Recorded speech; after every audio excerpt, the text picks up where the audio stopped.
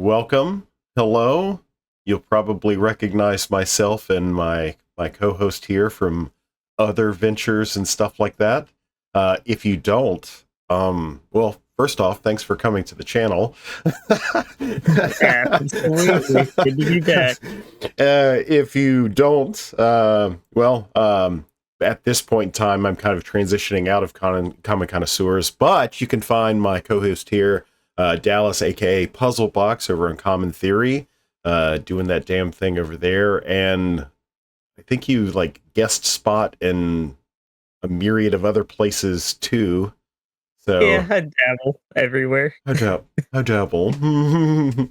So yeah, hello and welcome. I know we do, or historically we've done few and far between like videos on this channel. Not that we're going to do one every day or every week moving forward. I hope to change that post Magic 30 Vegas here in the next couple of weeks. Just kind of diversify the content. It'll all still be academic because that's the primary routing of what we do here. But yeah, kind of getting into some other stuff moving forward. But that's another video. That's later on. Today, we're going to talk about Q3 tournament analysis with open play analysis and stuff like that, provided by our data wizard, Bodarnn. That guy's a stud. Am I right? An absolute freaking rock star. So, let's see. Well, before we get too hasty, I know this will be a little bit shorter video today because we're going to omit a few things. Got any like initial impressions or hot takes? This is Q3, so we had and Q3 is not necessarily over by the time the recording of this. Still have a week or two, but you know Vegas is coming up, so that's complicating things. So we had Sanctuary first, and then Riches to Rags. Did you have any expectations like leading up to that? Did you have any like impressions after the fact? Like, what's some thoughts? Well, I think one of the biggest things to address was just the legality of common backgrounds at Riches to Rags. And that is an event that I expected Abdel Candlekeep to just absolutely annihilate. I expected a lot of them, and I expected them all to do well. Only 2 showed up, and one of them did well. 30, there's 34 players, I think. 34 games recorded. Oh, yeah. But I think there were like 40 players or something. So I guess people just dropped after the first few rounds, probably. But yeah, like only a couple showed up. Not a lot of people wanted to actually bring it. Bobby did well with it, of course. Top forward. Oh, I just noticed something. Is that a rock and roll t-shirt you have there? No, actually, this is a play shirt, but I have a CD. Drama nerd. Here I am wearing some of the Gods of Atlanta on my chest, and I suppose you. I've got a couple of rock shirts, but I love it. Not right now. Don't change a thing. Stay the way you are. You know me. Right on. All right, let me change the scene over. All right. So I have up the Word document on the screen. Dallas will have it in the background, reading from it as well. Where we're going to change the format in the previous 2 iterations of this, we kind of went section by section, line by line, that sort of stuff. If you are new to this, we will provide you a link to this document so that way you can actually read through, because Bodarnn provides an excellent introduction, talks about what's in the document, all of that, and then he provides, which I absolutely love, definitions of what he means when he talks about fringe or when he talks about other options, meta, how he calculates it, those sort of things, under the FAQs section. So you'll hear us reference like meta and fringe and that sort of thing. They're not some sort of slur or derogatory term that we're leveraging at poor Magic players. We'll let those other Magic players do that to themselves. But just when we talk about those things, if you're curious about what the definitions are, they're actually listed in here. So get past to the introduction. We're going to see. Oh, winningness is another thing. So Sanctuary PDH. I can't remember what day it was. I think it was August 13th-ish. Somewhere around there. So mid-August, Be Fine Bobby has his late summer tournament. I think he has another one planned for late fall, winter time, but I digress. I don't want to speak for him. So he has his mid to late summer tournament. We have 13 games. It was, how many people showed up? It was 15 people. Yeah, that sounds about right. So I think it was only 15. Oh yeah, because it was one short of 4. Yeah. Okay, so 15 people show. Online tournament. This time it was the first pay to play, if I recall. And I don't know. I think for its second iteration, having 15, 16 people show, that's still reasonably good, especially doing a paid tournament. So, like, it's still a small format, no matter how big we get our heads, Absolutely. I say it all the time. Yeah. So, I mean, to that end, like, the consistency of Sanctuary, even if they keep up with those numbers for a while, I still think will provide meaningful, because there's Bobby's engaged in leagues, league play. Bobby's engaged in F&M play. There's a lot of who's who people that play over there. Wink if it's you. So I mean, it's not a what I'm getting at is it's not an environment of scrubs. Yes, there's a lot of new people that come in and out, but that's true for everywhere. So I no matter, I know Bobby would kind of what's the word I'm looking for? He's saddened by the lower attendance, but everything takes time, and I think it still has value. And I think you would agree as well. So, I played in that. Did you play in that one as well? I was not able to. I was moving to Wisconsin, or I was moving from Wisconsin. That day, so I was not able to play, unfortunately. But I couldn't remember. I thought you weren't there, but I didn't want. A lot has happened in the last month, right? So yeah, absolutely. I didn't want to misremember. So I had played in that, and there's an interview with the winner of that tournament. She kicked ass. I mean, I got to. He always does. He's a great player. Yeah, I had the distinct pleasure of interviewing her for this channel. You'll catch her in that interview for that event. Yeah, it was the right player with the right deck at the right time. And it was awesome. It was completely awesome. So Dargo and Kedis aside, which interestingly enough showed up in the data as a statistical fringe list. So that means basically it's a non-meta list that we expect to be a meta list at some point in time. But Chris would disagree that it's been a meta list for a while now. So it shows promise, and I'd say it has for a while. But and it's one of those things that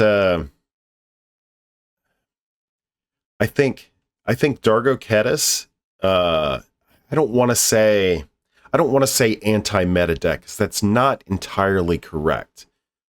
But I want to say that Dargo Kedis, like in certain pod compositions, like not per pod, but like within a tournament structure, certain percentages of pods, like Dargo Kedis is just gonna stomp. And the main reaction that I had, because I didn't play against her, but I got to watch it, and someone on the stream in the comments was like, how come they just don't remove Dargo? And the response is, Dargo's doing the work for the table. So, yes, you're taking incidental damage from Kedis, but it's not commander damage, and it's the dirty work that needs to get done. So it's this balancing act between when is enough and not enough. Like when do you cut that off? And sometimes it's just a little too late.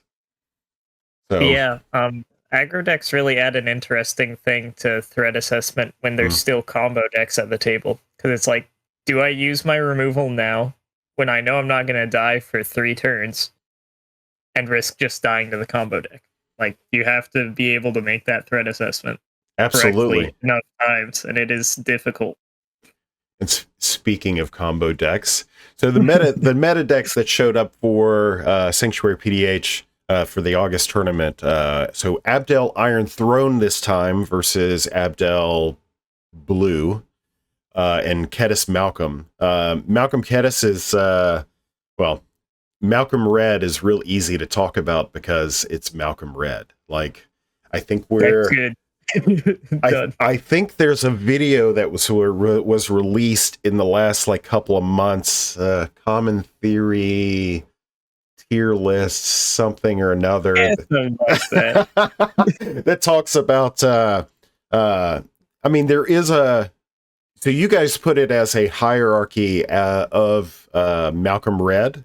So you guys listed it out that way. I do think, for a little pushback, I do think there's that hierarchy might depend on a myriad of factors. Number one, most importantly, playstyle, like the personal playstyle of, if a person enjoys Turbo, then obviously they're going to pick Roger. If a person, and then, Kedis is also a good example of that. And then if they want something a little bit more beefy, resilient, they'll pick Breaches. But if they want an alternative game plan, they'll pick Dargo. So I think personal playstyle kind of factors into Malcolm Red, however that's going to show up.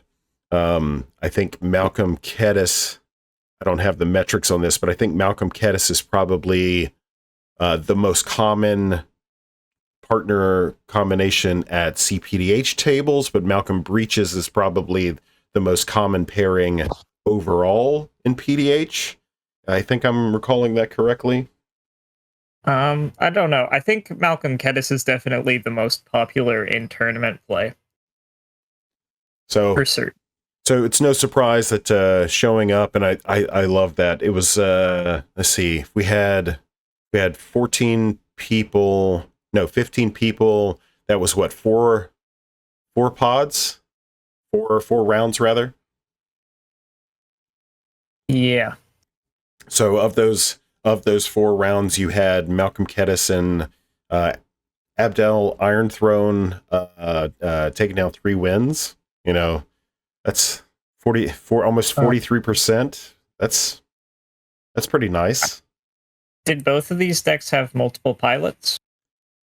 I know there were 2 Iron Thrones from memory. I know there were 2. Yeah, I know there were 2 of the Abdel. I'm not sure if there were 2 of the Malcolm Kedis, or if they just won all 3 rounds and then so lost this is an excellent point that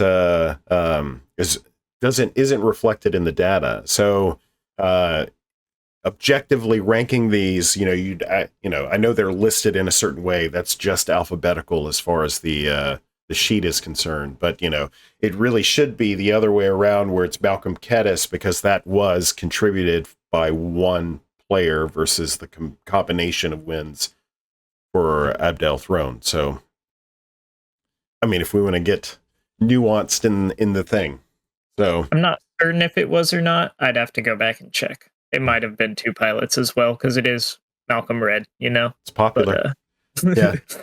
Still, in either case, a 42.9 win percent on the day, over 14 players, 15 players, pretty good. I played TPI, and so it must have been 2 players then. If it has a 40% win rate and 3 wins, it's not a 75% win rate. So 2 players for both. There we go. There you go. There you go. Some quick math. Sweet. Let's see. Okay, so archetypes. I'll put the colors on the screen too. Just know that we're not going to talk about colors kind of moving forward. This is kind of something that I alluded to in the beginning of the video. And the primary reason why is thus. In the beginning, there was a heavy component of the community that like solely focused on basically saying, I'm not quoting directly, but this is basically the sentiment is play blue X or you ain't playing shit, right? So while I will agree that blue is a strong color, I would also suggest that there are other options available if you do want to win. Gut leader, loyal subordinate, there's other options available, and we had to, in the beginning, we had to forcefully kind of like break apart that to allow it to be permissible. I feel, not that anybody needs our permission, but making it more allowable to play and explore and that sort of thing, which is really important to me. I can't say that's important to everybody, but it's really important to me that people have the opportunity to, pick something up and fail. God knows I fail a lot. Just ask my wife. Yeah, we know. But the point being is like those iterations of failures lead to success, even if it means shardless agent. Dallas, I know you remember that tech. It's so bad. Yeah, so Dallas picked up Gretchen, I picked up Shardless Agent. We were both on a mission independently to explore other Simic options that weren't Tatiova, weren't Weavers, because as you recall, Dallas, at the time, it's like you either play Weavers or you play Gretchen, or excuse me, Tatiova, or you don't play any other Simic thing, and Dallas is like, fuck you, I'm playing Gretchen, and I'm like, fuck you too, I'm playing Shardless. And we were on, now obviously we know how Gretchen turned out. We don't know how Shardless Agent turned out because I didn't win a whole lot with it. But it was maybe in the future. Yeah, I knew that it was going to be a tough row to hoe, as the country boys say. And I accepted that. And even Dallas here is like, hey, why are you doing this thing? And it's like, well, Weavers has a haste problem. I'm trying to solve that by doing X. And even my man here was like, okay, do your thing. So like, it's not always going to work out for you, but that's fine. You don't have to win every time. As long as you've got a reason, as long as there's justification for it and you think it has potential to work, go for it.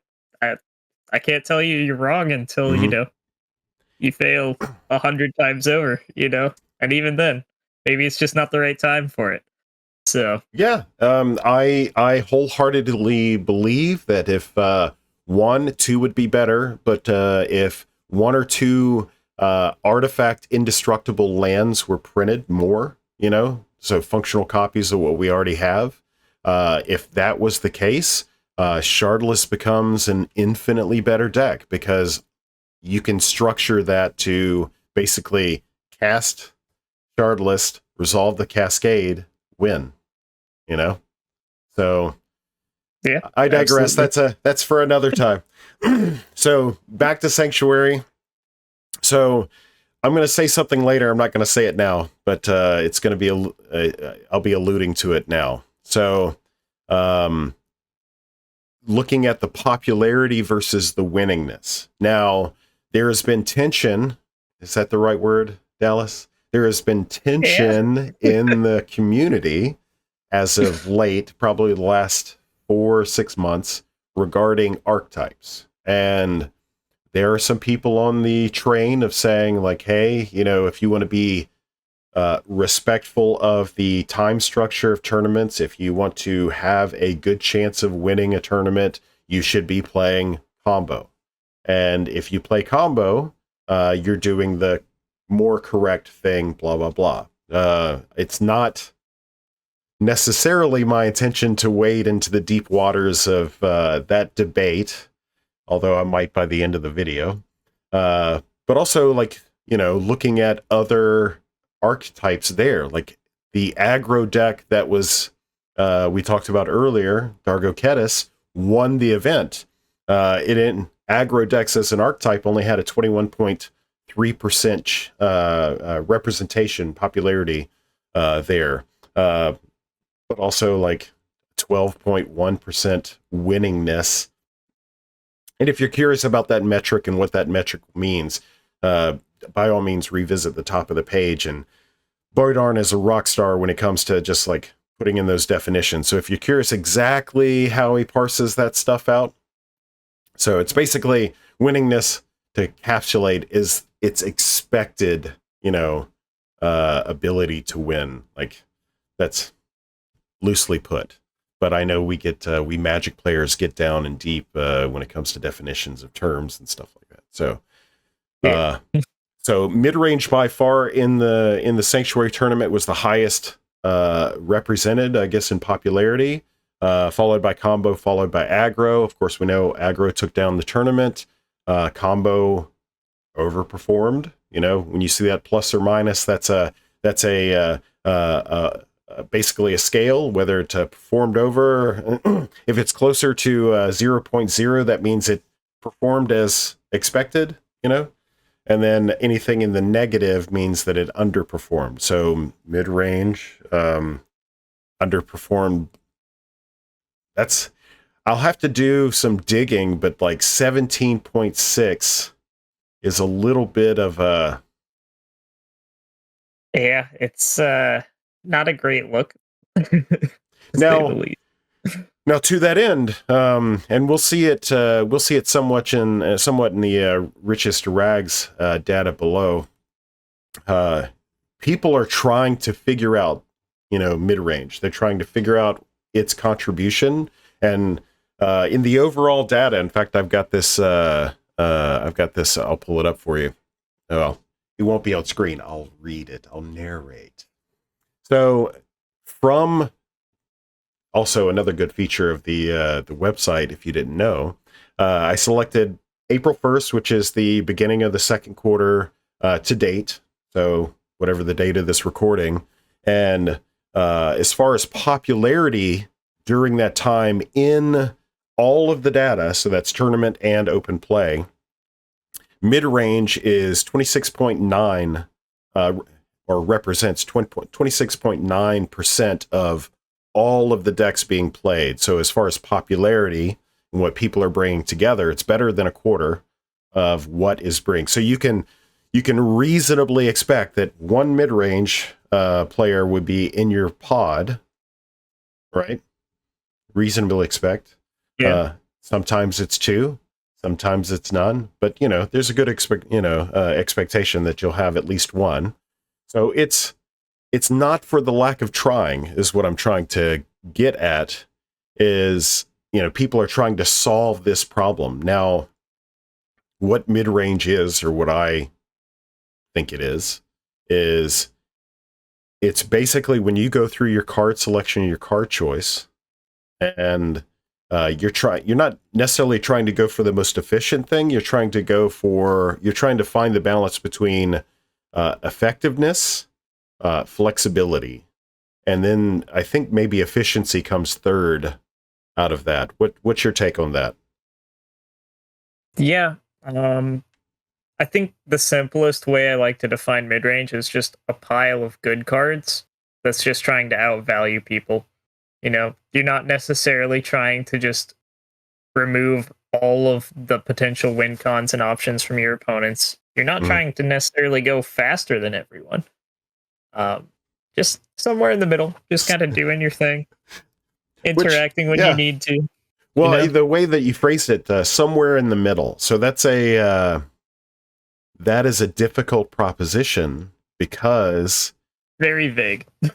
Well, no, I was going to say from the perspective of where the challenge lay for the mid-range players is that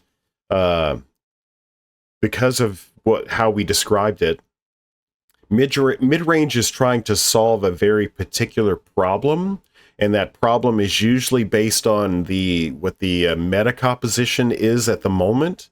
And because we don't have real clear definitions of what is definitively good, right? I mean, we have some vague, wide strokes of like, okay, Malcolm Red is good, right?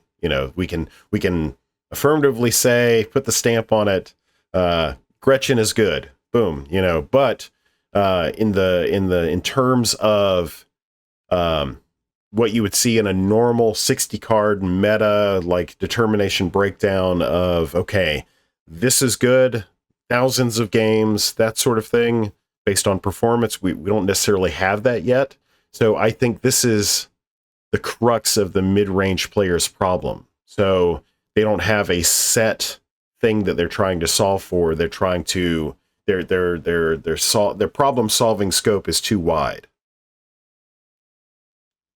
Yeah, I've been saying for a while. I think mid-range and not combo, mid-range and control are just definitely the two hardest archetypes to figure out, especially in tournament play. When you add that timer, it's just so much more work. So it's going to take a lot more time for those archetypes to develop in tournament metas.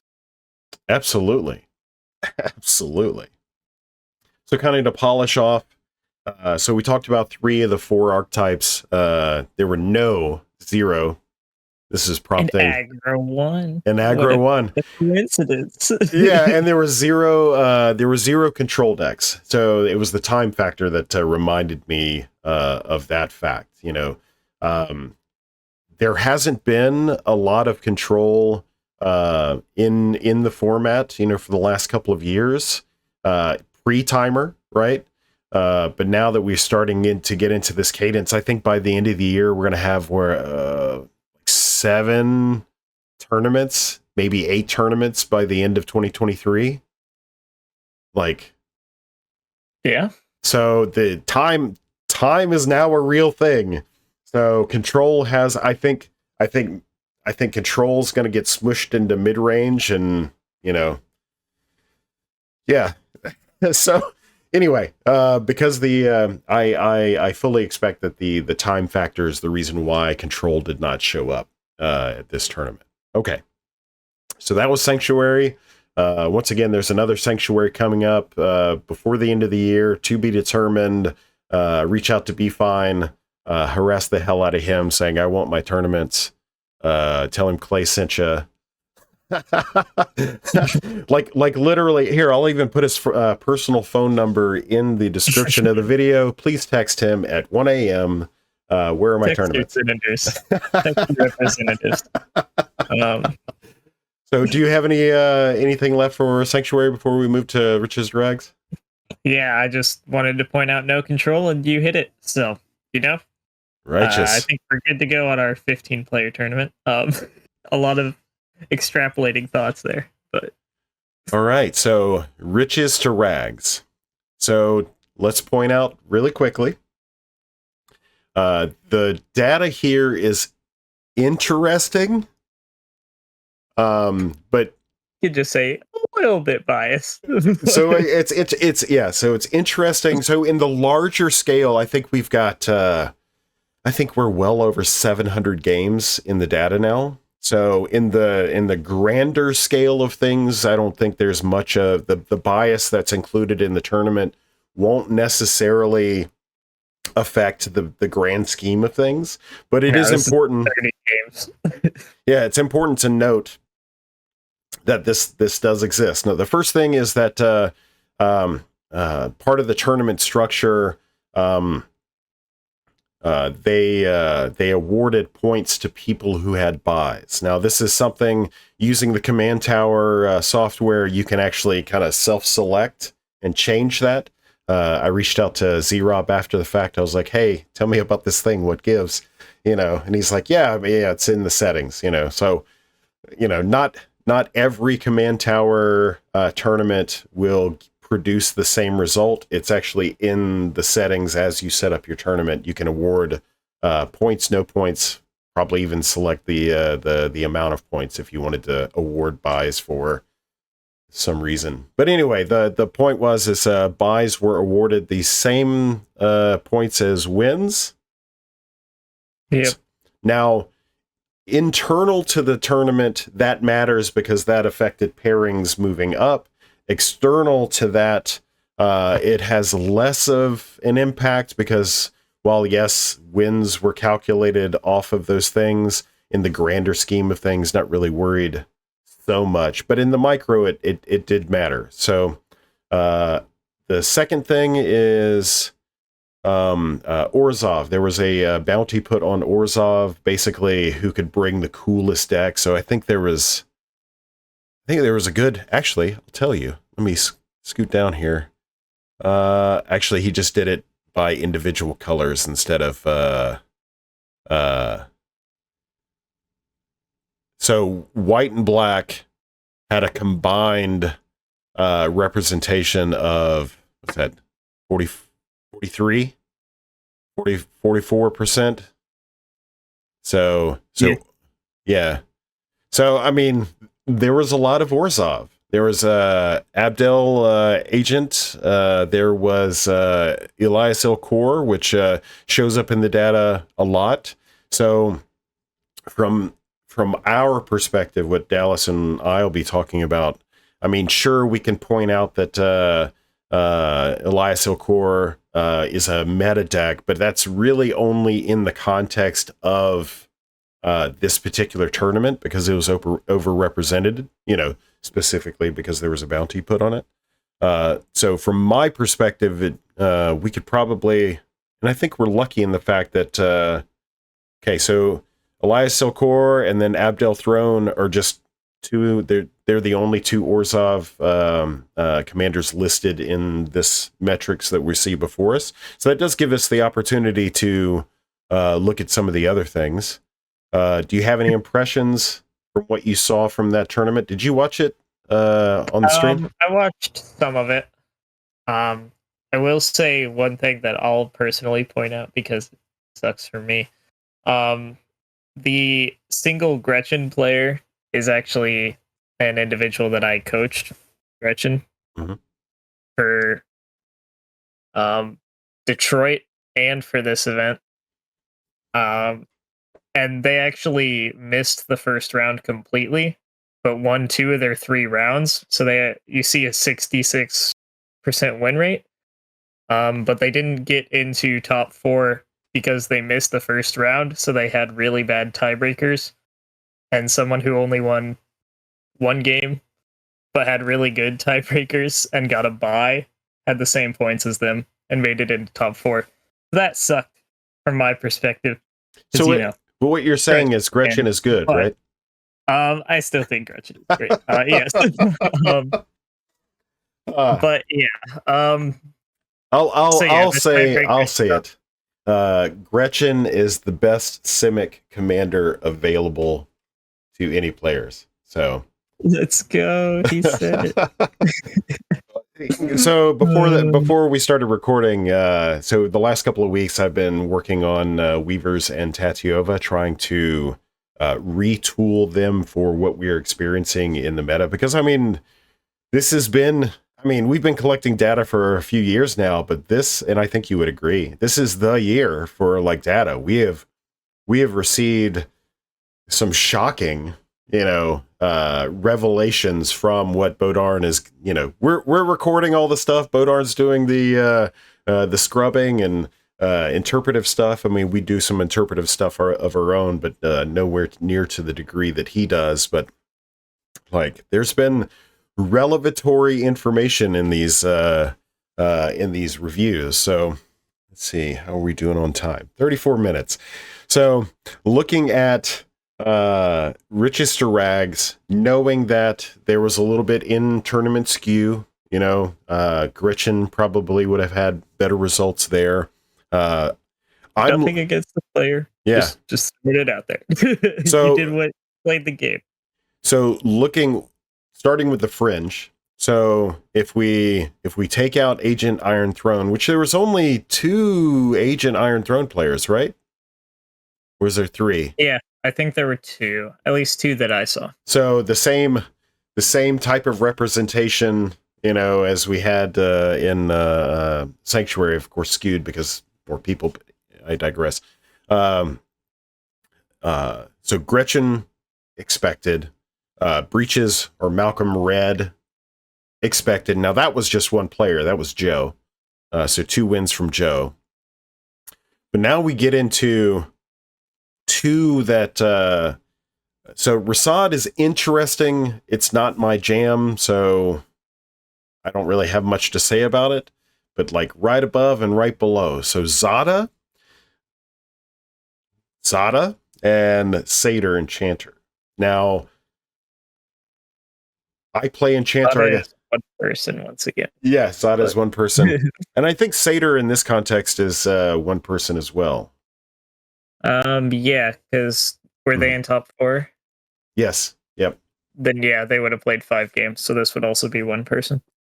So I'll start with Satyr because that's easy. So Satyr has been one of those mythical like commanders for the last couple of years that, if you want to draw more cards than blue, bro, you play Satyr Enchanter. Well, sure, you have all the card advantage, and this is the example that I would use. Like people say, card advantage is everything. Oh, well, okay. If card advantage is everything, then Satyr Enchanter should be, top of the heap, right? Because I mean, you do draw a lot of cards with Satyr.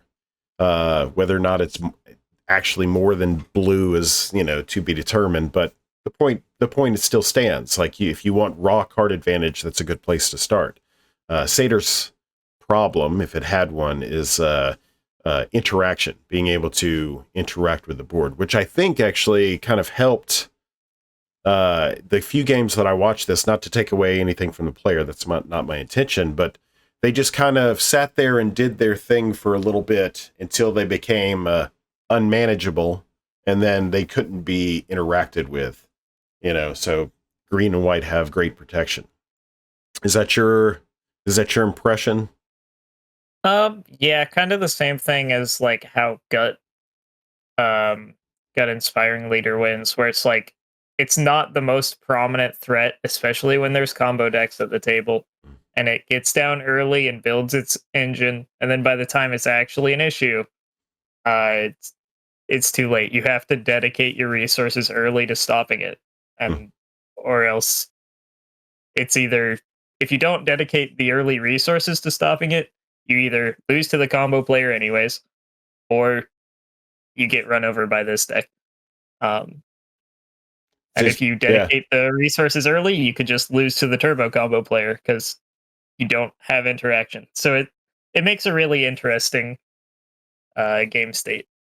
Yeah, and I think it's a dog whistle to the Satyr Enchanter like folks out there that maybe there are conditions by which you should be programming your deck building around. The build that I have is an intentionally low to the ground. I'm an old school modern Boggles player. I have a regular EDH Boggles list that I play.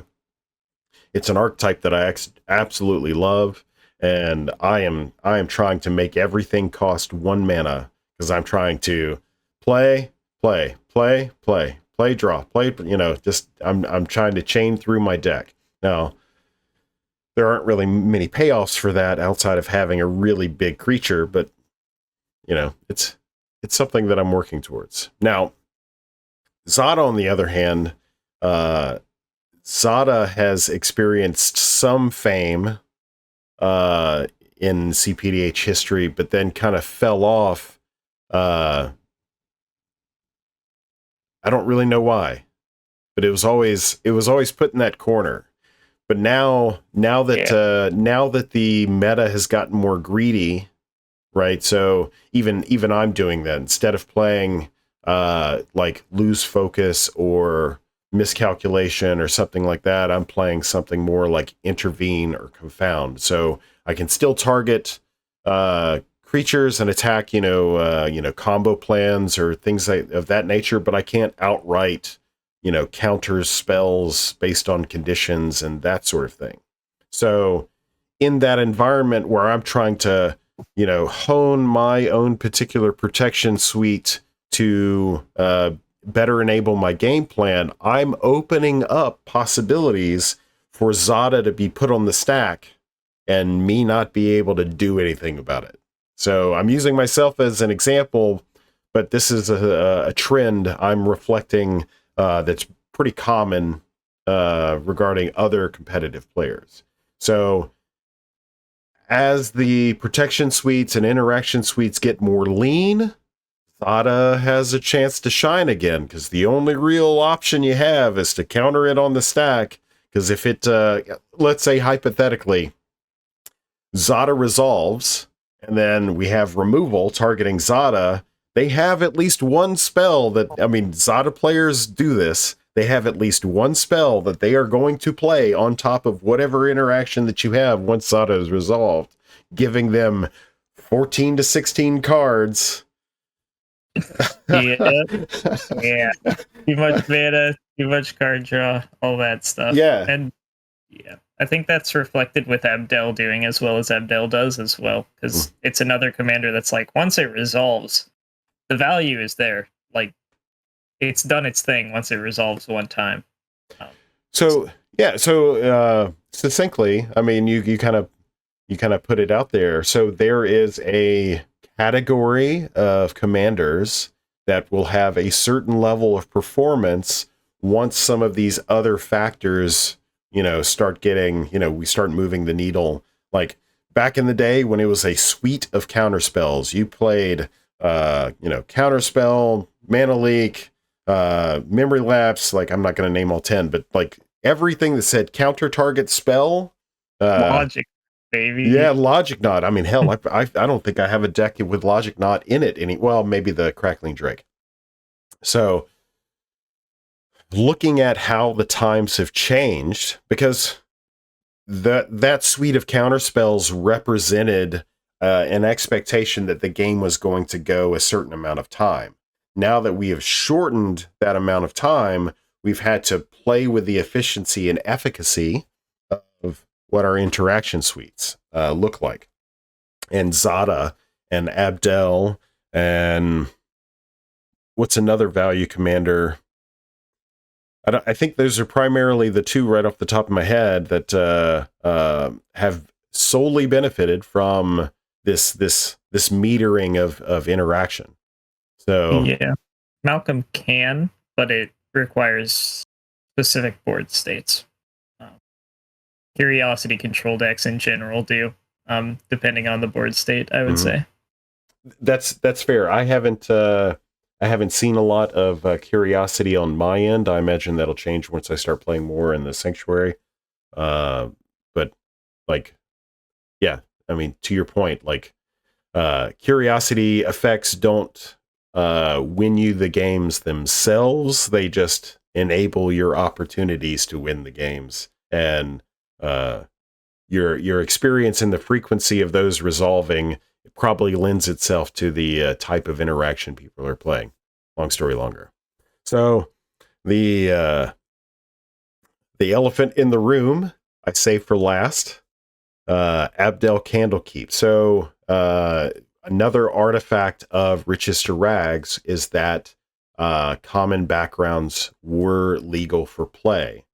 So I didn't know what to expect in the months leading up to the event. Once I heard that was going to be something that was allowed, my thoughts were, I went back and forth. I was like, oh man, it's going to be nothing but common backgrounds. And then after thinking about it, like, nah, there might be a couple. And then I was like, come on, they're just too good. So I'd go back. So the months leading up to it were kind of like this pendulum of swinging back and forth between those two. And then I was like, I don't want to presume. I know that, and I think I even said it in the general chat of the Dot Guide Discord server. I was like, it doesn't matter what it's going to be. It's going to be instrumental from one of two perspectives. And it's going to be either so overwhelming and so successful that people are going to say, yep, I told you they were too good. We got to ban them or not make them legal or, whatever. Or they're not going to perform well. And people are going to say, well, told you they weren't going to be an issue. So it was going to be one of the two things. Now, yeah. So anyways, I've been saying we should legalize them for a while, Clay, and I don't know why we're not getting on that. So that was the softball that I was kind of. You knocked it right out of the park. So, to that end, I think I've already outed myself a number of times. I voted for common backgrounds to be legal when the vote came. I am a firm believer that, like, for example, I don't think Candlekeep Sage is at the same level of heuristic study, right? So heuristic study, when that was legal, people actually said that because heuristic study is legal, why would you play anything else other than Blue X? And to some degree, they were correct, because it provides such an overwhelming advantage that you would be foolhardy to choose something that limited your ability to play heuristic study. Now, I don't think Candlekeep occupies that same space. I think it is good, but I think Abdel is where it makes it that next level, good. Yep, absolutely. Now, because it's basically wired into this niche, right?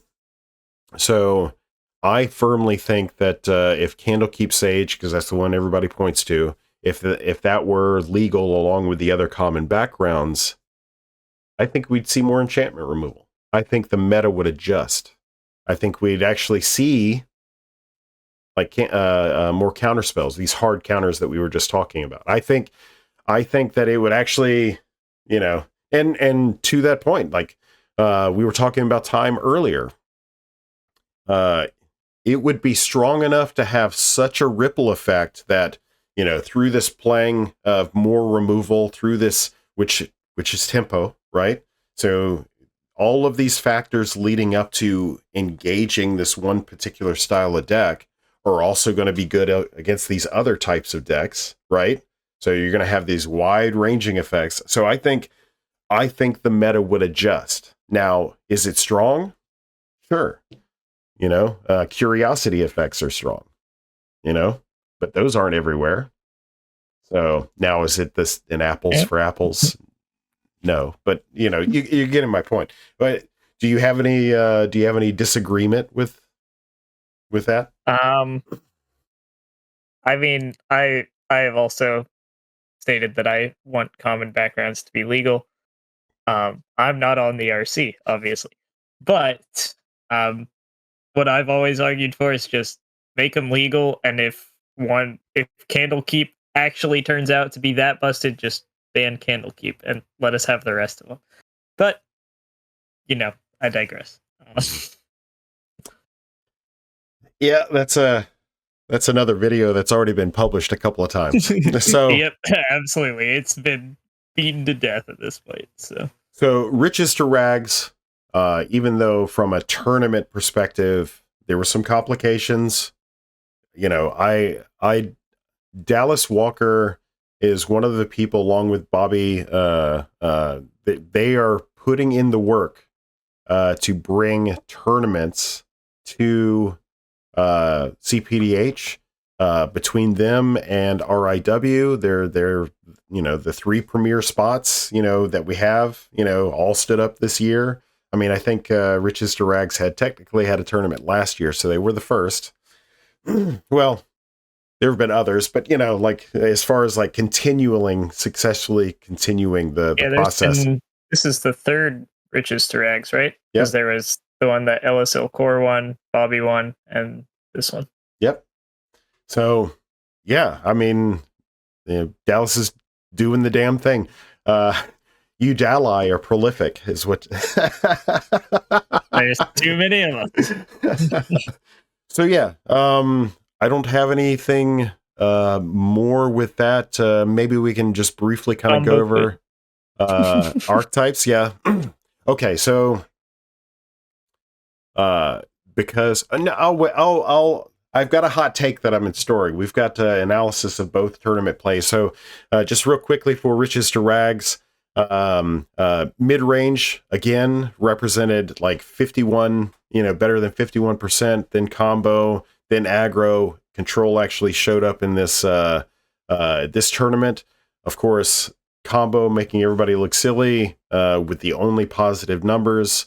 Everything else underperformed. So we'll talk about that again. So the next section is actually like overall tournament play. So looking at both together, just kind of real quickly touching on that. We already talked about, so of course, Abdel Iron Throne is going to have a little bit better representation because it's going to have representative wins from both. I think Third Path Iconoclast is an interesting note. I played that in Sanctuary, but I didn't have a win. But I think Ryan was the other player, and he had at least one win.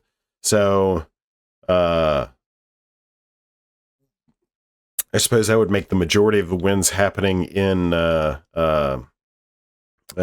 to Riches or Riches to Rags. So Third Path is it's an interesting deck because there's a myriad of ways that you can build it, and I don't think anyone's come up with the correct, way yet, and maybe there never is one. Of course, Elias Ilkor overrepresented because of the bounty. You could technically say the same thing with Agent Iron Throne, although it'd probably still be on the list somewhere, whether it was in Fringe or not. Ironically, as I'm looking with the Fringe, Breaches Malcolm, Dargo Kedis, Gretchen Titwillow, Malcolm Kedis, and Zada, I would actually consider that to be the meta. Yeah, just only one player for, I think, literally all of those decks. And, that the high number of people playing like LSO Core and TPI really just raises the cutoff for number of wins you need to get up there. So in my mind's eye, and I think you're agreeing here, that would be reversed. The Fringe list are the meta lists, and the meta list, specifically TPI, right? Yeah, there are a couple Fringe decks in the Fringe here that I would still call Fringe. Like Zada still just doesn't see that much play. Rasad, Satyr Enchanter, I would still call them. We need more Fringe. Steins, right? Not necessarily because I think they're bad, but they just don't. They're not represented as much. We still have that player problem in PDH. So no, I think that's how I think this is fairly representative of what we're seeing, not only in tournament meta, but also like in the meta as being like strong and that sort of thing. I can't think of any other lists offhand that aren't mentioned here that I would call compelling or interesting, to a degree of remembering them, of course, but also like mentioning them. I can't remember any like Gut is the big standout one for me. Okay, so Aaron did go to Riches to Rags. He did play. Did he get any? I don't think he won. I think he went 0-3 drop, unfortunately. But way it goes.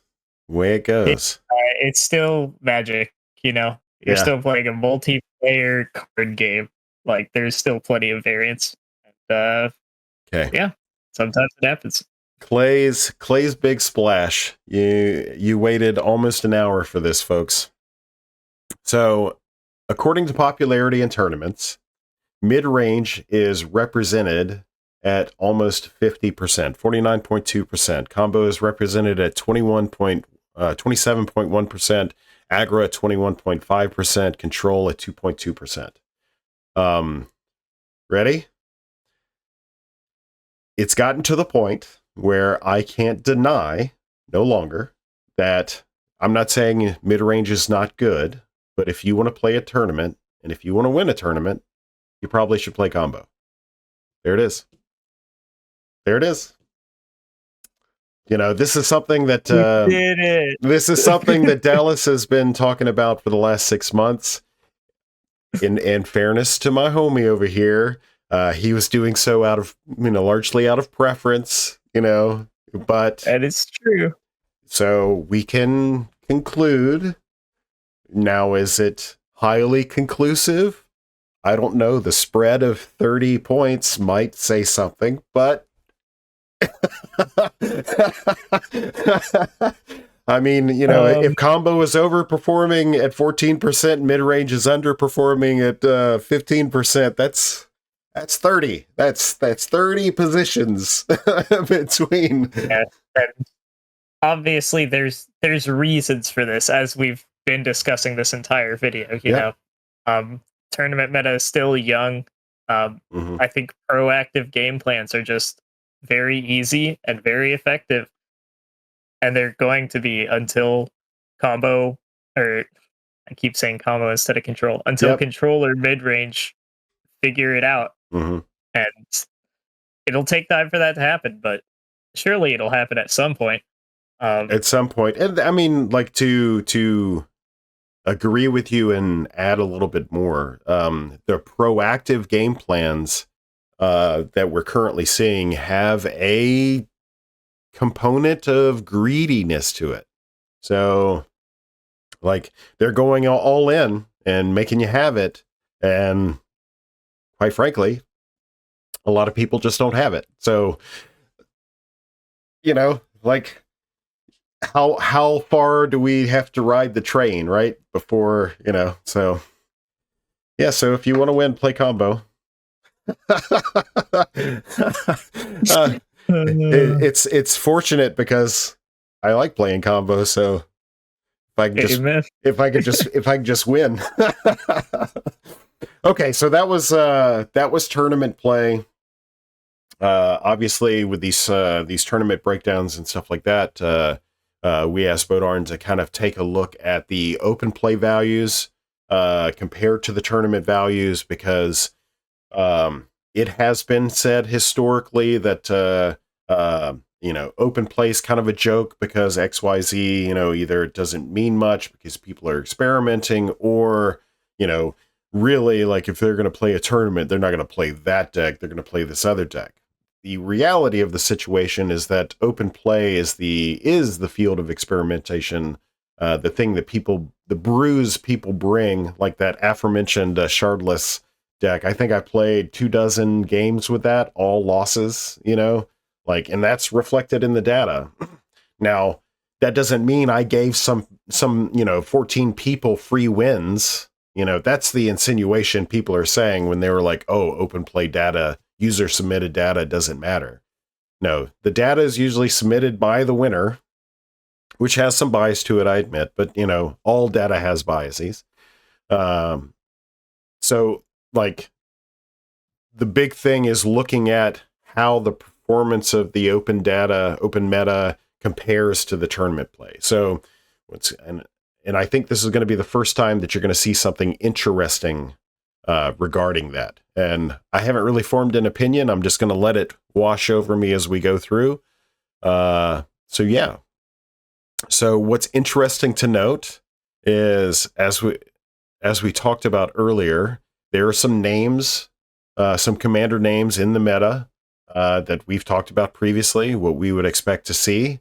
There's a couple of interesting things, and I'll kind of go first. What I think is interesting. So if you recall that Cardur Doomscourge name from like a year ago, it's because that Nate guy who played that list from a year ago is playing games again, and I'll give you one guess as to what he's playing. And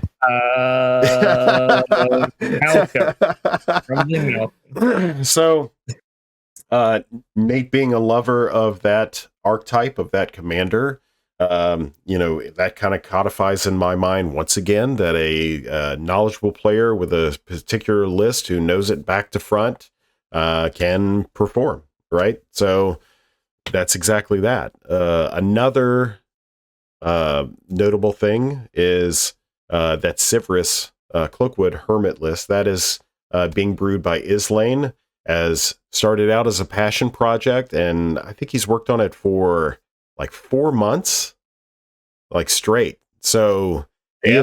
he has put in a lot of work. So I particularly wanted to shout those two out, not to say that there isn't other, obviously, gut inspiring leader at one point in time was of the same category where somebody was just grinding and grinding and grinding and grinding. I would posit that the gut inspiring leader results from this time period right here, or more of the results of that grinding and not necessarily relative to it. You know, it's still the same player playing the things, but it's a honed, tuned, perfect list compared to Cardur and Sivrus, which are in that development process. So I just wanted to kind of point those two out. I don't know much about the Corpse Jack or the well, Corpse Jack was a player named Zach. mm-hmm. Oh, I know he was working on that. Magic something only magic. Yeah, Okay, something yeah. like that. And then Dreampod Druid is probably in the same boat. That's the is Mono that green. Saprolings? Yeah, I think that deck is actually really neat. It provides an ability that's not experienced anywhere else in PDH. Gives you a Saproling at every upkeep. So 3 players back around to you every upkeep. Now, there are keywords that exist, such as convoke, you know. So all of those like 7 and 8 mana spells that were previously unplayable now suddenly have a home. So I find that fascinating. Let's see. Gretchen. Yeah, nobody's heard of that deck. Obviously. So what's some standout stuff from you? Like I know you've played with some of these folks putting up these numbers. Yeah, so obviously I have to talk about Teshar because that's one I've been playing. I think Teshar's pretty solid. But in the category of Teshar, I want to point out you've got Dreampod Druid, Teshar, what else? Teamer, Sabretooth, and Loyal Subordinate, all popping up in meta, which are all monocolored decks that have proactive game plans. And I think those are all pretty decent decks at bare minimum. You reminded me something with the monocolor piece. It wasn't really a discussion. I think it was a revelation, and I want to say it was either Joe or Jonathan or maybe a couple of people, and I'm misremembering. So where monocolor decks are important is that as we get more proactive, you're limiting yourself in color, but also you're not playing as many tap lands. So you're able to advance your game plan that much more quickly by limiting your color choices. Now, you know, some would argue, and I suppose that's the subject we can, once we hit year end, we can do a more advanced analysis of win percentage, win rates, and color pairings, and that sort of thing. You know, adding blue to your color options increases there's a possibility of increasing your win percentage by X much, you know. But there's something to be said about leaning out the list, limiting yourself to a singular color, and just focusing on what that color can do, and gaining speed and tempo in that proactive plan just by having. Now, Teshar plays. Teshar is a little special. Teshar is a little special because it was just recently downshifted from rare. So, but it plays regarding the mana base, it plays probably more non-basics than people would think, right? Yeah. It's like 6 or 8. So Teshar plays a lot of non-basics Mm-hmm. because, so at least my build is on 29 lands, Mm-hmm. and we really don't like drawing lands, so I'm playing like the panoramas, which are just colorless lands that come in untapped, and you can pay one and crack them to fetch a basic, um, and just deck thin Mm-hmm. lands out of your deck. And shuffling can be important on rare occasions, but yeah, Teshar is interesting because it gets to play those for the sole purpose of deck thinning, Mm-hmm. and they're still untapped lands, which is relevant. And a lot of colorless decks get to play tech lands like Quicksand if they want to, or just the colorless land that comes into play and gains 2 life. Mm-hmm. You're free to just play that if you don't have that many pips in your costs and you're monocolored. Mm-hmm. Whereas 2-color decks really can't afford to play those cards. And hell, to your, I know there's going to be, if you're upset with what I'm about to say, put something in the comments and I might respond to it. But but even like Dreampod Druid and Sabretooth, when you're talking about deck thinning, so yes, there's probably no great statistical advantage to the amount of deck thinning that's available in PDH decks. Yeah, I hear you. Shut up, go home. But those mono green decks that are playing like Cultivate, Kadama's Reach, they're probably pulling multiple lands out of their deck at any one given time. That is probably a major contribution to deck thinning and, dare I say, incrementally advances their proactive plan, because that means they're drawing into better opportunity to draw into more gas. So for you And guys out there in the internet land that disagree with that, by all means, leave something for me to ignore in the comments below. notably, the more cards you draw, the higher that deck thinning percentage matters, which is why I care about it in Teshar. Mm. If I'm playing Loyal Subordinate, I'm probably not going to go out of my way to play Panoramas because, not drawing as many cards per se. That's a great, I don't want to be the one to say it, affirmatively, so you can agree to confirm. But looking at like Loyal Subordinate versus Teshar, Teshar plays some less than optimal cards as far as card quality is concerned, individually, those cards, because you're trying to chain those cards together to do something very powerful. So individually, those cards aren't as powerful by themselves. Whereas Subordinate, on the other hand, every card is impactful. So your card quality is higher. So you don't necessarily have to deck thin, because just top decking is better for you in that scenario. Is that? Absolutely. Teshar plays Dire Mimic. I mean, come on. We play some bad cards, but also, it's a combo deck. So one of our outlets is just drawing our deck. So we naturally also play a lot of card draw effects, and part of your grind engine is just getting those draw effects out of your graveyard repeatedly with Teshar. So it's also just like part of the game plan inherently. Mm-hmm. But yeah, like Loyal Subordinate, you need those pips. You want to be able to go turn 1 Dark Ritual Loyal Subordinate. And if you draw 1 or 2 colorless lands and nothing else in your opener, you have to mulligan. Mm-hmm. So like those pips are really, really important for Loyal Subordinate. And like, well, even a card draw spell, like in Subordinate, which one is better? Now, this is situationally dependent. Are you casting a Sign in Blood and losing tempo off of your aggro plan? Because you're not gonna have the mana advantage of like having 40 lands in play, or even 12 or 8. You're probably, during the course of the game, gonna have 4 to 6 lands, having played it a little bit myself.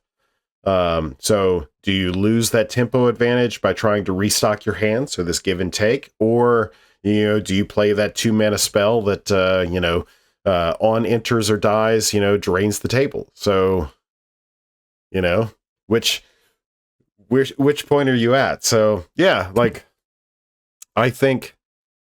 Ooh, okay. I'm gonna have to point that out. I'm gonna have to ask you about that. I just saw that last on the fringe commander list. So Yeah. I think that the list here there's some notable standouts in the meta lists. We mentioned those earlier, and the reason why we consider it. I think everything else, subordinate enchanter, TPI, gut, Viscopa, now Malcolm Red, Gretchen, like all of those are something that I would expect to see at a tournament. You know, these other things have the possibility of being those standards, those format standards. But I also think that some of them represent flavors of archetypes and strategies that people are trying to work on. So, like Corpjack being a graveyard focused, you know, kind of deck. Not something that you see a lot outside of blue, you know, ironically. So like that's people kind of expressing themselves the best way they know how, and it's, you know, that's kind of what it's looking like. I don't know much about the Arena Street Urchin games that are probably. So I was gonna say, yeah, I was gonna say because he piloted that deck during the RIW tournament earlier this year. He's probably the most prolific player I am aware of with it, so I assume that was him. Zada again being Stein, and then I don't know much about Battlecry Goblin. I couldn't even tell you for $100 what it does, but it's actually pretty good. I like the deck a lot. It's it has the keyword. I don't even remember what it's called, but if you have 6 or more power at the start of combat, it makes a goblin and then you can pay 1 in a red to pump all your goblins +1. so it's an give anthem. them haste. Anthem on a It stick. gives haste too. So it's not bad. And it's a 2-mana goblin. It's like a 2-mana 2/2. So Sweet. it's cool goblin tribal. I know I've said this privately with Chris. Goblins, it's tribal or typal or whatever we're calling it these days. Yeah. Goblins are the most prolific supporting creature type for all of cPDH. Hands down, undeniable. Like you'll find soldiers here and there, you'll find wizards here and there, blah, blah, blah. But if you're playing red, you are likely playing an abundance of goblins. Period. So They're just good cards. right. Okay, so that's the meta list. Oh, I'm so sorry. There's more. There's more on the second page. Battlecry Goblin was not the last one. So no, I thought you were talking about the actual last one. Oh, yes. So forgive.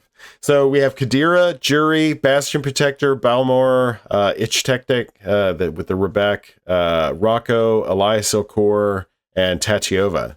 So allow me the opportunity to talk about Tatiova, since I've been working on it for the last 3 weeks straight. Yeah. It sucks. Have a good day. That's the end of the video. No. So Tatiova at one point in time was the creme de la creme, what have you. I think that was more of where the meta was versus the actual strength of the card. But, you know, what do I know? I've only been here since the beginning.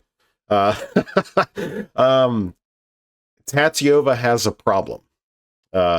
And it's not the social cultural, context of that.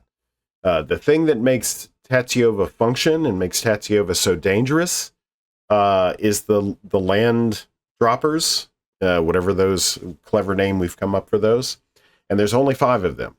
Now, those who play Weavers, those who play Gretchen know that the land untappers, there's a long list of availability where that ability is concerned. Now, going back to Tatiova, having only 5 in the list, are you really going to waste your Muddle the Mixture or Dizzy spell?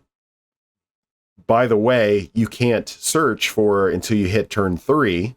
Let me point that out. Are you going to waste those spells on searching out one of the 5? So that means your mulliganing better include one of these land droppers in that list. And then also, you probably want a way to protect it, because once this video gets out and people know the dirty secret, like you take Tatiova off their land dropper, you have time walked them significantly, at least 2 turns. So that's Tatiova's problem, is it has less redundancy in the slots that it needs to have. As far as its backup plan, which is also very strong, it only plays Ghostly Flicker. It doesn't play Displace, because Displace doesn't hit Mystic Sanctuary. So that's another pigeonhole that the deck is in as well. You could water it down by playing Displace. I haven't explored that route. I've gone a different route, but it doesn't have the redundancy, and it's a 5 mana commander, and aggro exists. So like there's a problem. It can't speed its win out like Weavers or Gretchen can.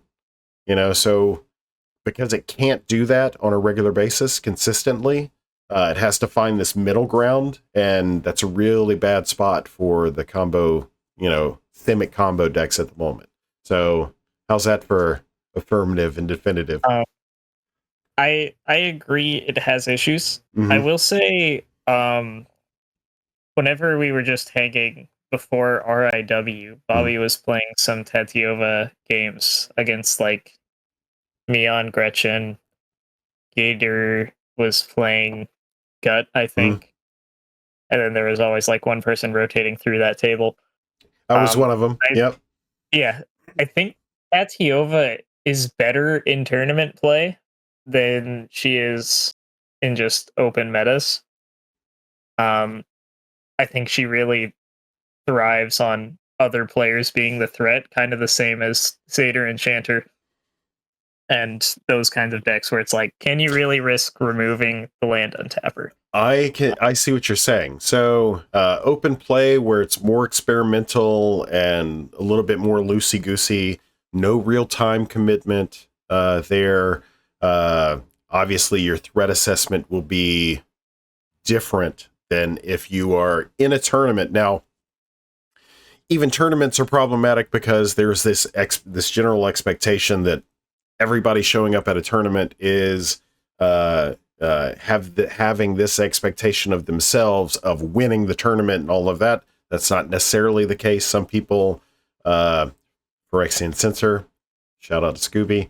Some people are showing up to the tournament to be disruptive or just have fun, which is also disruptive. So that's going to happen. We've got data that proves that a certain percentage of people are just going to be there, inadvertently shitposting. That's just what it is. So, but I do see what you're saying is that there's probably a likelihood of a higher density of ubiquitous threats happening at a tournament table versus at an open play where people are just playing competitive for fun. So, I mean, especially considering what the tournament meta looks like right now with greedy combo decks, like there is going to be another early game threat other than just a Tatiova land untapper. And Tatiova costs 5 mana. So why would I use my early game removal on the untapper when I can use it on the Reckless Fireweaver that the Malcolm player landed turn 3? Yeah. And they can literally win the game next turn, So we will find out. I will be playing moving forward to close out this year. I'll be playing a lot more Tatiova and Weavers because I'm actively trying to. I think most people would agree. So this is just Clay picking on a very particular person, but I think most people will agree that the Weaver and Tatiova list of old need a little bit of refinement, and Not to say that I'm going to be the one successful at doing that, but, you know, I'm going to get on the train anyway. Revisit it. Bring Tatiova and Weavers to events. Yeah. We got to see those decks again. We got to see them in tournaments because we haven't seen them in tournaments like at all. At all. Except for Tatiova, a little bit. A little bit, yeah. Okay, so for the rest of so Kadira, I personally played against this. It's along the same lines as what we said for Satyr and Chanter. If you just kind of ignore it in the first couple of turns, there becomes a point where it's unmanageable, and then it's really unmanageable, and all of the things that you would normally do to kind of stymie it just don't work after that point. So that is Kadira in a nutshell. I assume Jury is probably in that same vein where, but also that's one player at this point. It's just Aaron. Yep. I believe. And then Bastion Protector is Lotad. I don't know who's playing Balmor. I don't know either. And then Iktekik Rebek is Yami. Yep. And who's playing the Rocco list? I played that. Okay. And then Elias Silcor is probably a bleed over from the Richest Direct. Someone inspired, maybe. Or someone inspired. I don't know who's playing it. So I don't know who played the Tatiova. It wasn't me. So in open meta play, combo by far is the most popular, followed by mid-range. So that's a 8-point spread on popularity. Obviously, in open play. Now, this is where it gets interesting. So the thing I said earlier about winning a tournament, if you want to win a tournament, you play combo. So the reason why I said that is because of this metric right here in archetypes. There is less than, was that a 2-point something spread on archetype winningness in open play. So what this says is that you can bring any archetype that you want. Any archetype that you want, and you have an equal opportunity to win with it in open play. Now, what does that mean? What are the factors contributing to that? Is there a temporal factor? Are the players... So I know the answer to this, like, unequivocally. Are the players that are showing up for open play the same players that are showing up for tournaments? The answer is no. So, like, to what degree does that have an effect on, the numbers that we're seeing here? So, your thoughts on this? I mean, yeah, it's not the same people. It is objectively going to be more experimental, right? Like, there's no stakes. Mm-hmm. So if I want to play Teshar, I can play Teshar. But if I'm bringing it to a tournament, the deck's gonna look different. Even like I'm not bringing the same card selections to a tournament. And notably, I think this does add some validity to whenever people are like, "Hey, I want to play some tournament prep games. Can we get some tournament decks?" There's some validity to that because the decks are different. Mm-hmm. Well, this is the first time, and I alluded to this earlier. So this is the first time that we have experienced a deviation between what is being seen in meta play, open meta play, and what is being seen at tournaments. Now, I can say that one metric to that is at least 40%. I think the minimum number was 40%. At least 40% of people that are showing up to these tournaments are not part of the online meta. Now, does that have an effect? Mayhaps, or is the Arabic, as in Arabic, mumkin? Maybe. So I just like saying mumpkin. It's a fun word to say. Uh, so kind of digesting the thing that you're saying. So, you know, what is the validity of, I recognize that there's an opportunity to view tournament list as being different, but how much is the tournament list being different? How much of that is compounded? How much of that is a reality versus the population differences that show up?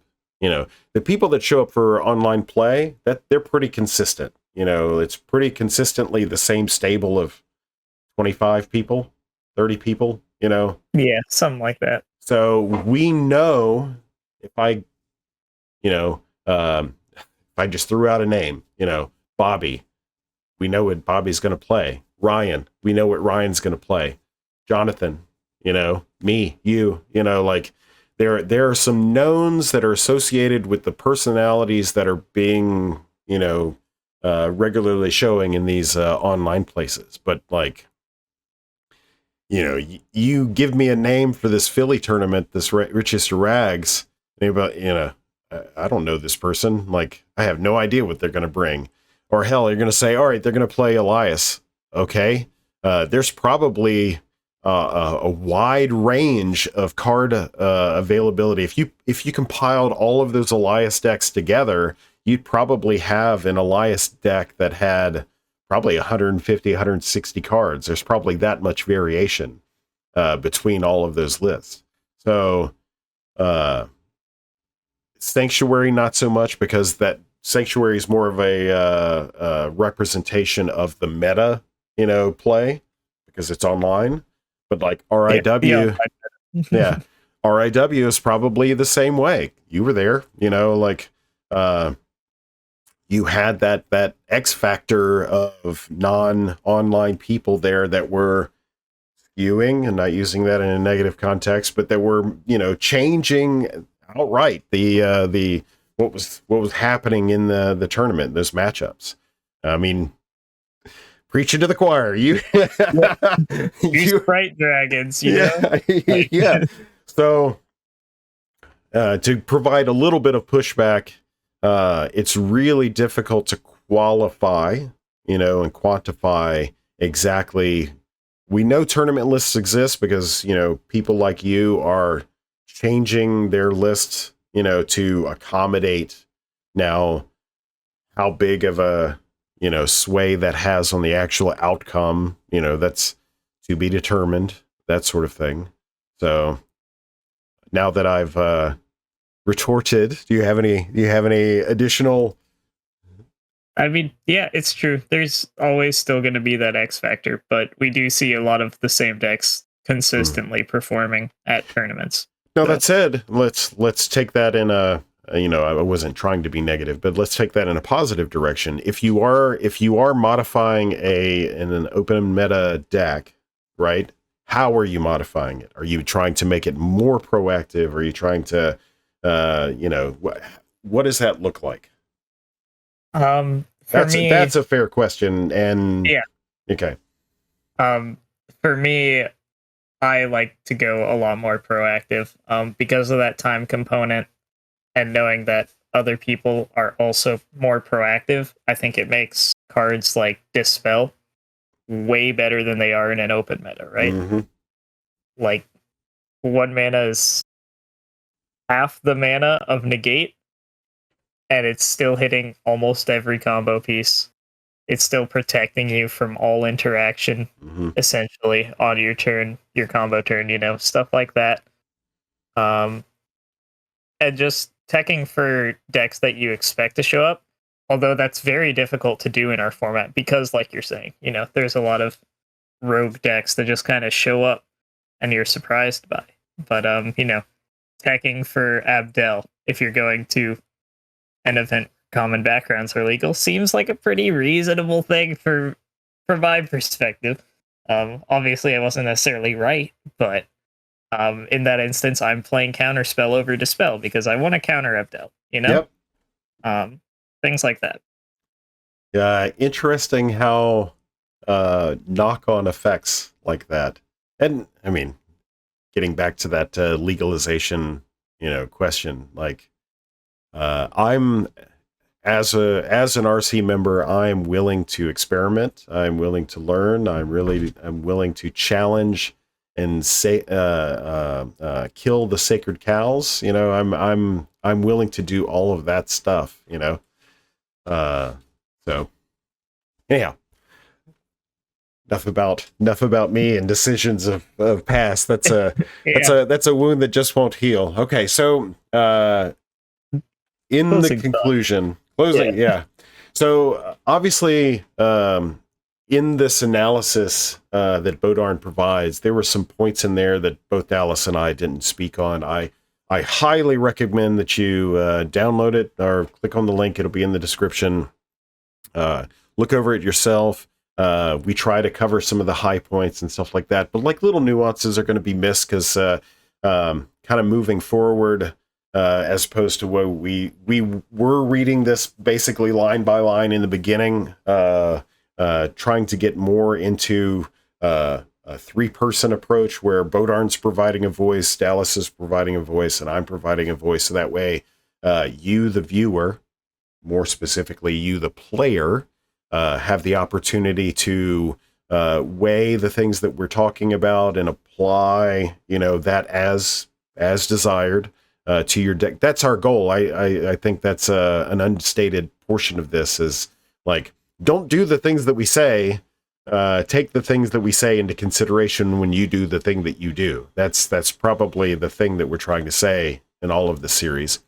So moving to the conclusion, kind of talking about what we had talked about mid-range, I'm going to read the first line. Compared to previous tournaments, mid-range has surged in popularity from 30 to 50%. Now, however, its winningness remains about negative 15%. So this is a summation of what we said earlier about people are desperately trying to get this mid-range thing to work. And I love the fact that even though there wasn't any movement on the needle of success, that people are throwing everything that they can at it. So I think that's a wonderful thing, Yeah, you got to try, Can't succeed if you don't try. Exactly. So one day, we've had an aggro deck win a tournament and the rest have been combo. Everything else combo so far, yeah. And not me, because I would never do something like this, and I don't know any respectful person that would. I'm just giving you shit, Dallas. Some people... Oh, I know. Some people would say combo's the way to go. As you heard me say earlier today, it's very difficult to disagree with that sentiment based on the data. So take it for what it will, aggro and control are neutral in tournament in their tournament results. Of course, they talk about Bodarnn talks about colors. So red and blue, surprise supplies, are experiencing a greater amount of winningness. Crazy, Malcolm. And then there it is for tournaments. So the TLDR, which I love that he puts that in there. Actually, no, the very cool part. So in open play, each color has approximately 20% representation, 5 colors, all equal representation, and around 0% winningness. So each archetype has approximately that. I just said that, didn't I? Yes, I did. So each archetype, each color have the same, well, maybe not the same representation, but the same opportunity to win, which, as Bodarnn in his lengthy way of saying it, very cool. So, okay, so now to the TLDR. So, for tournaments, archetype is the largest determinant of winning. There it is. I mean, yeah. Color is important, but less impactful. So you can play what this is saying, what Bodarnn is saying, suggesting the data shows, rather, is it doesn't matter what color you play. I mean, color has some impact, but as long as you're playing a combo deck in any color, you are probably more likely, you have a greater opportunity of winning a tournament. Fair? Yeah, I mean, part of that is influenced by the archetype, right? Like, combo decks are predominantly going to be blue. Yep. I can tell you from experience, mono white combo It's hard. is not as good as blue combo. Um, So, but yeah, so tournaments. So this has been the first time since tournaments have deviated. Open play, as he says, is the Wild West. I personally love that. I love that. You know, if there is on the back end any opportunity to win with any archetype, right? Bringing some brew, which is I'm a brewer at heart. I will fight for. I'm not the RC or brewer representative on the RC. I'm one of a few, but like I openly fight for people's free right to try anything and fail anything that they do so desire to do. And this open play metric is because I mean puzzle has been in the format near the official digital beginning as well. Came in to the home base right after me, not by much, and he too can remember a time when things were preached to you. So I have bled, I have cried, I have sweated and anxietied over this thing, and this is one of the reasons why I decided to leave the administrative side of Common Connoisseurs, because open play is the Wild West. That's what I wanted. That's what we have. And, it's time for other people like Dallas and Bobby and Chris and Ryan and, that next generation, that next crew to bring in their hot takes and flavors and all that stuff and do the damn thing as they're going to do it. And allow me to be the old man in the corner screaming at clouds. and I mean, as much as I preach the songs of combo and all that, nothing I am preaching in this format is gospel. And I invite everyone to challenge what I say and prove me wrong if you think you can. Exactly. And this is so kind of to put a bow tie on this a little bit. Also, if you're going to be in Vegas, come and see me and get one of these sweet ass stickers. That guide.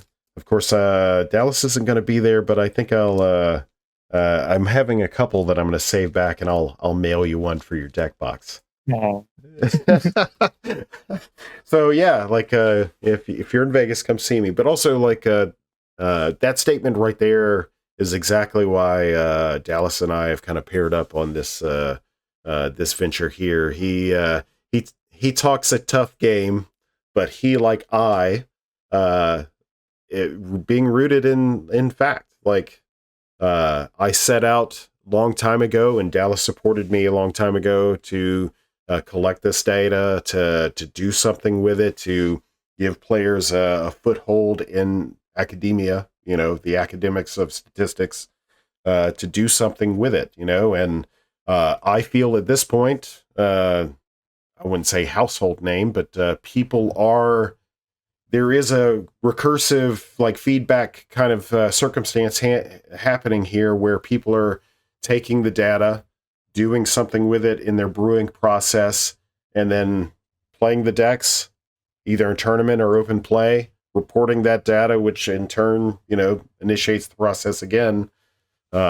We haven't seen much of a good or bad, to be determined, whether or not we're self-effacing or anything like that. Sniffing our own shit, as they say, our own farts. There's it yet to be determined. That's where the tournament play comes in. The tournament play keeps the open meta honest, and then vice versa. So We're always looking out for these things. I think that's the end of the list. I know I have probably do most of the talking. I apologize for that. Totally fine. I get into my weeds whenever they come up, Well, I try to cue you up when I can.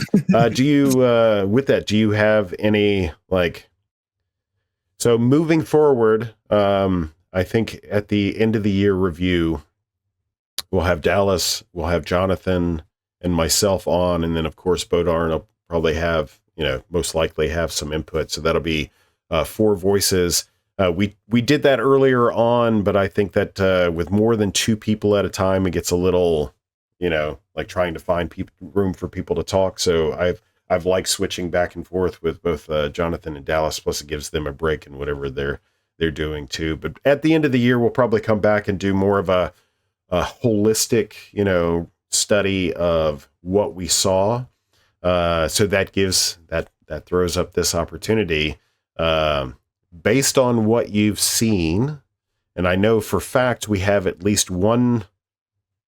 No, we have 2 more tournaments with the possibility of a third on the horizon in this last quarter. Like, what are you expecting to see? More Gretchen. Yeah. Gretchen is omnipresent at this point. I personally will be jamming Gretchen until I feel she is no longer viable. I just think the deck's that good.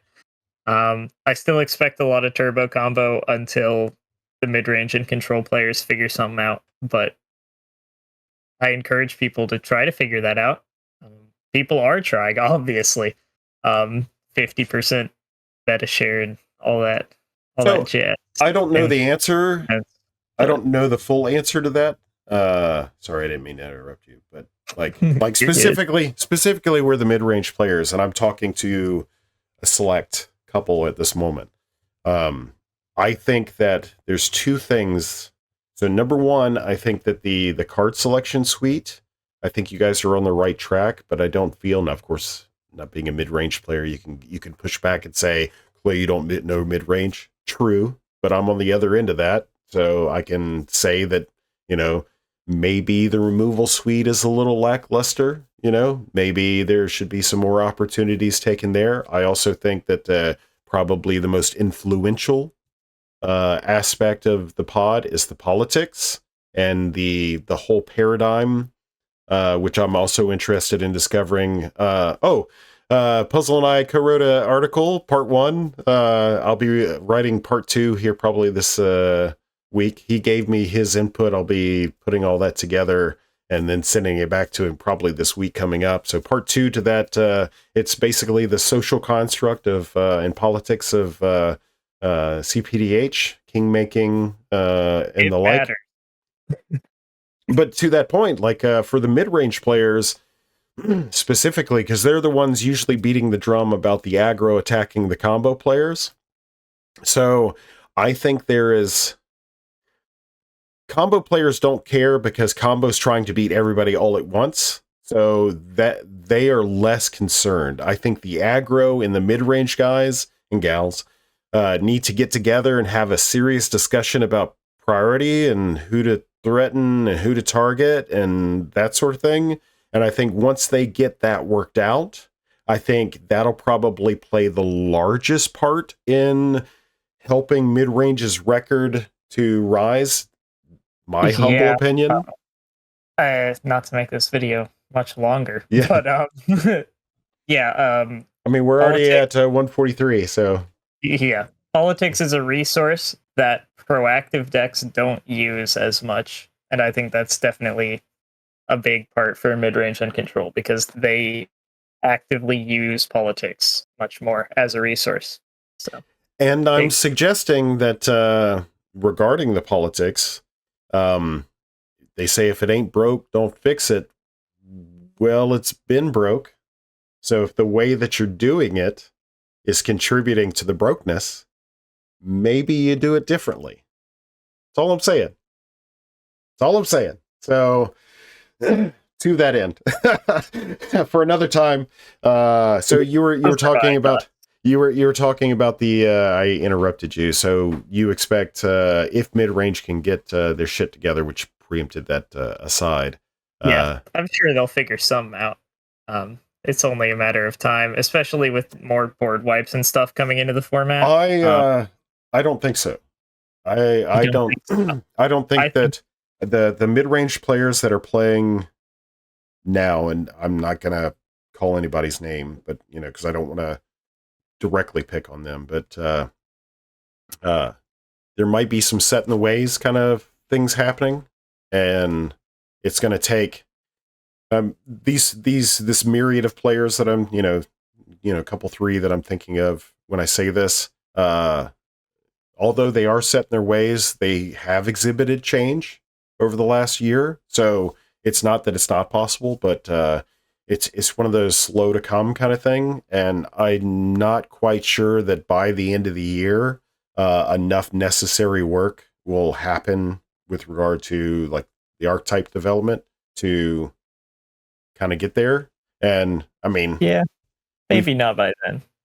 So we've got now until forever, but I don't, I'm less optimistic that it'll happen. It would take, for example, it would take some workshopping, some legitimate pro tour level team of 10, get together and actually working through a problem over a couple of weeks.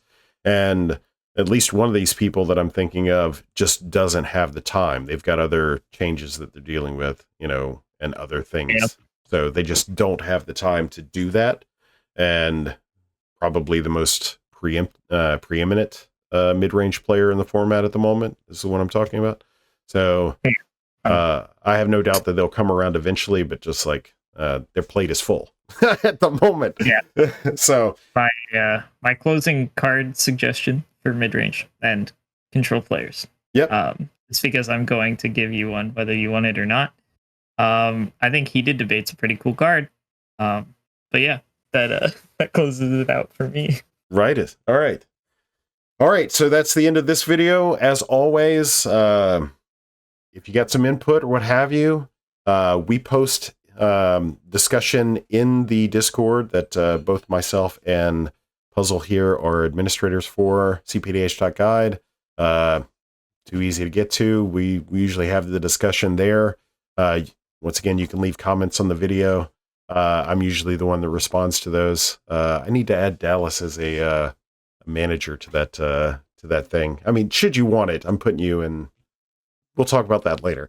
But yeah, we're constantly making updates to the website, trying to add functionality and all that stuff. It's been pretty stable for the last month or two, but that's largely because I've been unemployed, so I've been trying to find a job, and my efforts have been elsewhere. But as soon as I get a job and start getting paid, we're going to start seeing a more focus, because I have money, more of a focus on improving the website. I've got a lot of stuff that I want to do. So there's that. Also, thank you to Bodarnn. He's always the silent member of these videos and stuff like that. If you've made it to this point, an hour and 40 something minutes into the video, number one, thank you. You are like rock stars, if you know what I'm talking about. Absolutely. But also ping Bodarnn in the Discord and say, hey, thanks, bro. Give him a high five or something. So all right, that's the end. Love you, mean it. See you on the battlefield. Talk to you soon.